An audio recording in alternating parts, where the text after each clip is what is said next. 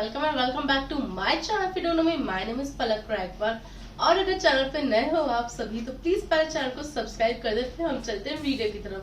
So hello everyone, आप सब कैसे हो बताओ। बहुत दिनों बाद मैं सेटिंग वीडियो बना रही हूँ जब से मैं ट्रिप से आई हूँ। एंड ये वीडियो भी कुछ ट्रिप से ही रिलेटेड है। सो पहले तो आप लोग मुझे बताओ आपने व्लॉग्स देखे कि नहीं, एंड देखे हैं कि नहीं वो मुझे पता नहीं, पर जिनने देखे उनके लिए वीडियो श्योर है। जिन्हें थोड़े बहुत डाउट थे एंड मेरे ब्लॉग में थोड़ा बहुत चीजें समझ में नहीं आई, तो मैंने सोचा कि पूरी ट्रिप की हमें पूरा कवर कर दें कि हम कैसे गए, कितना बजट एक्सेट्रा एक्सेट्रा हम पूरा कवर करने वाले इस वीडियो में। तो प्लीज अगर आपको ये वीडियो यूजफुल एंड अगर आपको केदारनाथ और बद्रीनाथ जाना है तो प्लीज इस वीडियो में कंटिन्यू रहे, नहीं तो आप इस वीडियो को स्किप कर सकते हो, व्लॉग्स देख सकते हैं मेरे। सो हेलो गाइस, तो पहले तो मुझे बताओ आप सब कैसे हो। आई नो आप सब अच्छे हो गए एंड या मैं भी बढ़िया हूँ। थोड़ी बहुत चीजें ऐसी वैसी हो गई थी, बट या इट्स ओके, इट्स लाइफ। या क्या बोल रही हूँ आई डोंट नो।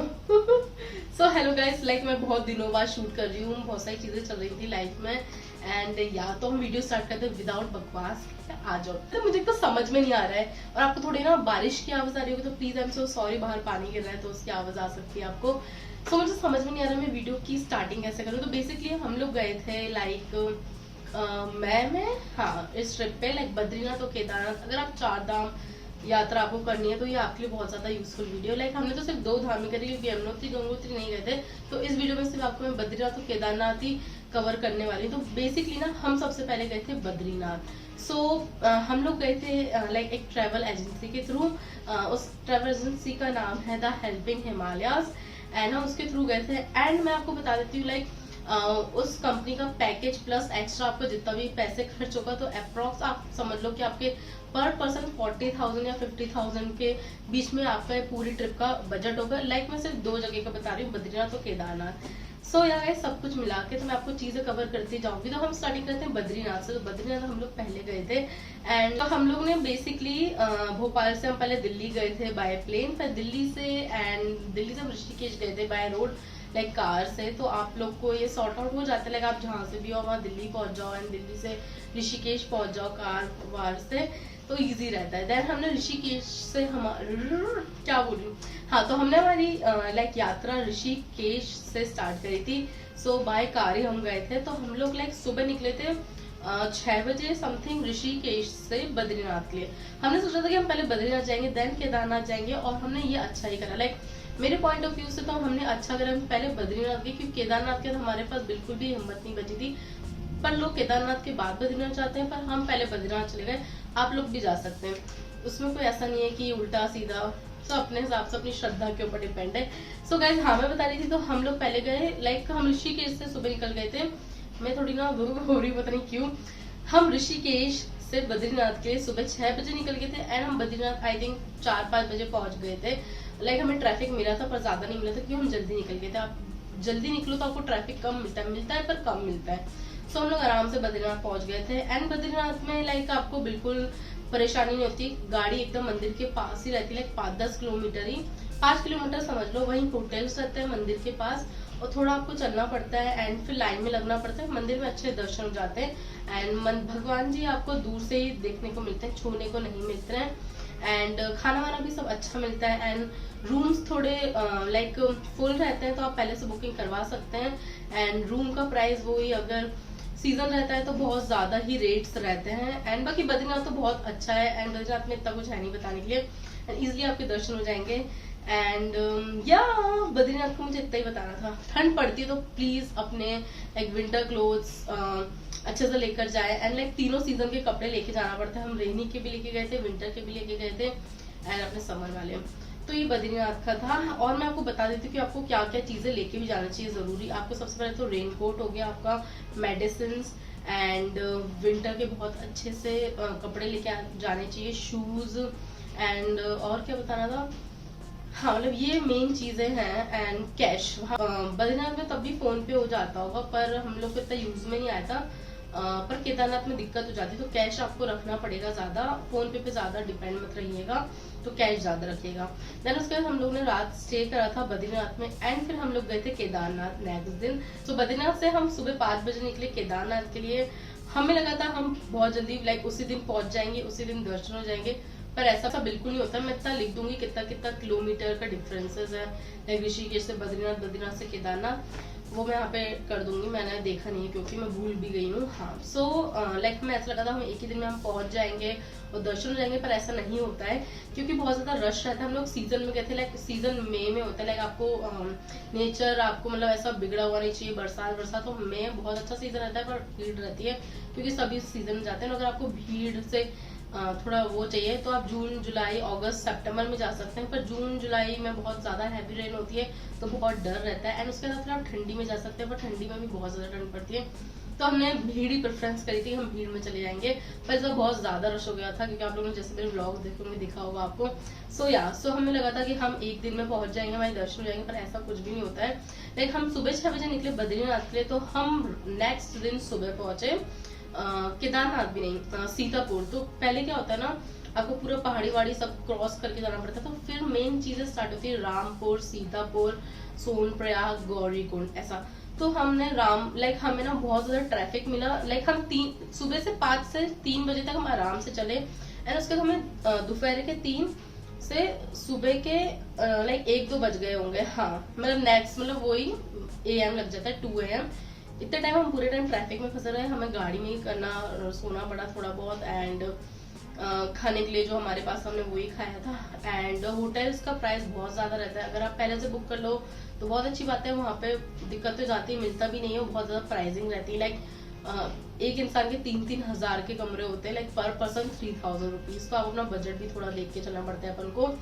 सो हम पहुंचे थे लाइक समथिंग 12 घंटे में सीतापुर।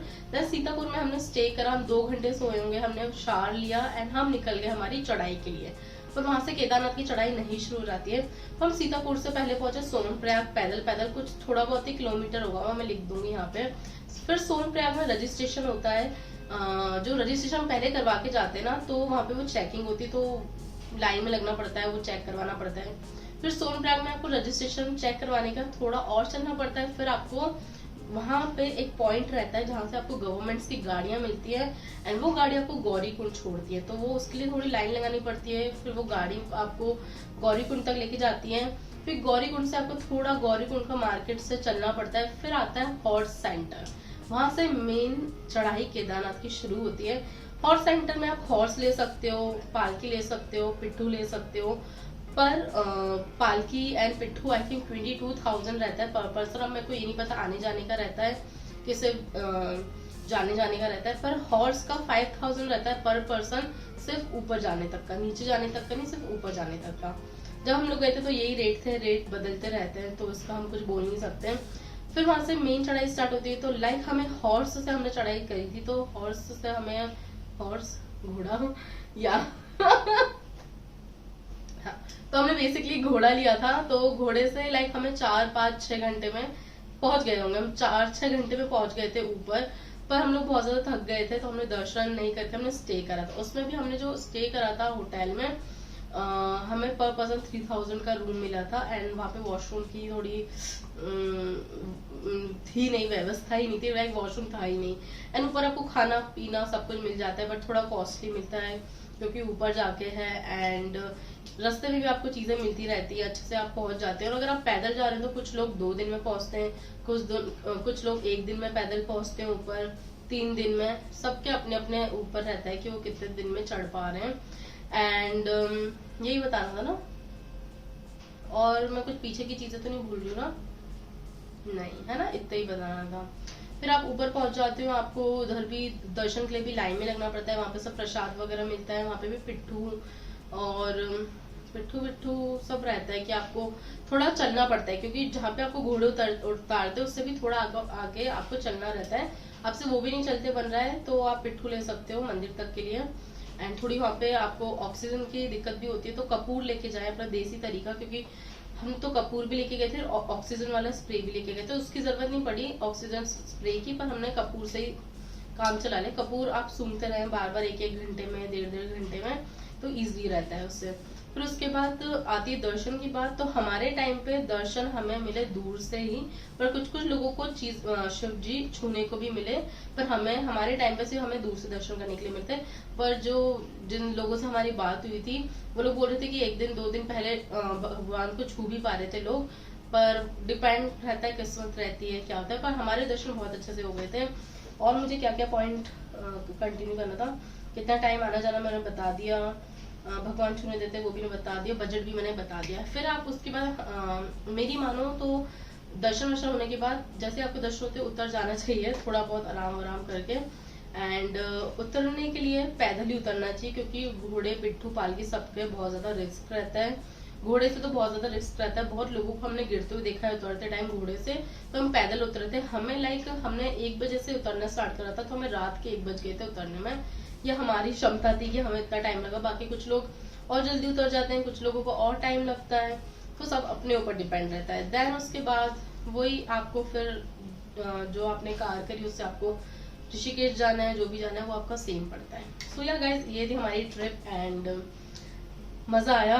एंड व्लॉग्स में देखे हो तो प्लीज देख लेना जाके। और मैं कुछ पॉइंट्स तो नहीं भूल रही हूँ ना कवर करने के लिए, आई थिंक यही सब मुझे बताना था। एंड हमारे बहुत अच्छे दर्शन हुए, हम बहुत ज्यादा ग्रेटफुल है कि भगवान जी ने हमें लिटरली दर्शन दिए है। लाइक एक टाइम पे ऐसा लगता है कि यार नहीं दे पाए, नहीं हो पाएगा दर्शन, पर हिम्मत रखनी चाहिए, सब हो जाता है अच्छे से, डरना नहीं, सब अच्छे से हो जाता है। एंड एक और बात गाइस, अगर आप मम्मी पापा को भेजना चाह रहे हो, मेरा पॉइंट ऑफ व्यू है कि आप उनको प्लीज हेलीकॉप्टर से ही भेजो। जब टिकट्स होती हैं, जब दर्शन का गेट खुलते हैं ना, उससे पहले ही हमें रजिस्ट्रेशन करवाना पड़ता है, तभी हेलीकॉप्टर्स की टिकट्स भी होती है। तो उसी टाइम हो सके तो हेलीकॉप्टर की टिकट करवाएं एंड उसी से ही जाएं। मम्मी पापा के लिए और दादा दादी इन लोग के लिए सब बेस्ट यही है, हेलीकॉप्टर। एंड या गाइस, ये सब मुझे बताना था। और भी कुछ डाउट हो तो कमेंट सेक्शन में बता देना, उसमें मैं क्लियर कर दूंगी अगर मैं कुछ पॉइंट्स भूल रही हूँ। एंड अभी भी कुछ डाउट्स वाउट्स है तो ब्लॉग्स भी देख लो। एंड या मिलते हैं नेक्स्ट टाइम, तब के लिए bye bye, take care, love you guys. Please channel को सब्सक्राइब कर दो यार, बाय बाय। हाय गाइस, तो मुझे 2 पॉइंट्स और भी याद आ गए। जब आप उतरते हो ना तो आप शॉर्टकट्स भी ले सकते हो, थोड़ा रिस्की होता है पर थोड़ा देख भाल के वो शॉर्टकट्स ले सकते हो। जो थोड़ा पहाड़ वहाड़ से जाना पड़ता है तो आपको थोड़ा कम किलोमीटर्स लग जाते हैं उतरते टाइम। एंड दूसरा क्या था कि हाँ, जब हमें वो गौरी कुंड के लिए सेम जब हमने करा था ना सोनप्रयाग से गौरी कुंड तक के लिए गवर्नमेंट वाली गाड़ी, तो वैसे ही गौरी कुंड से सोनप्रयाग के लिए भी जब हम नीचे उतरेंगे तो हमें वापस सेम वैसे ही करना पड़ेगा ना। गौरी कुंड से सोनप्रयाग वाली कार्स जो मिलेगी गवर्नमेंट की, तो उसकी भी ना बहुत लंबी क्यू लगती है, तो आप क्यू स्किप करके ना आगे जा सकते हो, तो गाड़ी वाले आपको बिठा लेते हैं। तो ये एक हैक है, लाइक हमने करा था तो हो गया था, काम कर गया था, पर कभी कभी नहीं भी करता है, तो वो थोड़ा बहुत रिस्क रहता है, थोड़ा बहुत आप हैक्स भी यूज़ कर सकते हो। सोया और भी पॉइंट मुझे याद आएंगे तो मैं कमेंट सेक्शन में कवर कर दूंगी। सोया बाय।